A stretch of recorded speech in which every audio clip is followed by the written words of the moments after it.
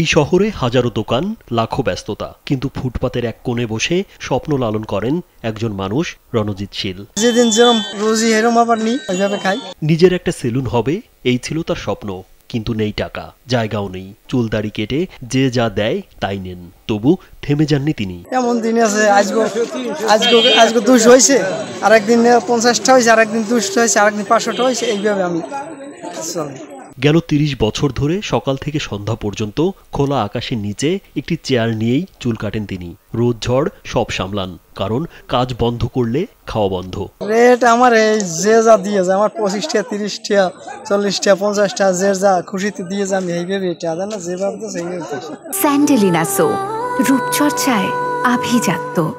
আধুনিকতার এই যুগে ঝালকাঠির কাঠালিয়া উপজেলার শৌলজালিয়া ইউনিয়নের মুন্সিরাবাদ বাজারে ভ্রাম্যমাণ সেলুন বসিয়ে চুল কাটেন রণজিৎ শীল। আমরা ছোট থেকে দেখে আসছি, এর তো দোকান করার মতো সমর্থ নাই, এই জন্য বাইরে বসে চুল কাটে। এখন তো অনেক সিরিয়াল দিয়া চুল কাটতে হয়, তারপরে দেখা যায় যে 70-80 টাকা 100 টাকা বিল হয়ে যায়, আর উনি চুল কাটে 30 টাকা 50 টাকা, আর এই দিয়ে ওনার সংসার চলে। স্থানীয়রা জানান, পরিশ্রমী এই মানুষটি যদি সহযোগিতা পেতেন তাহলে একটা ছোট দোকান দিতে পারতেন।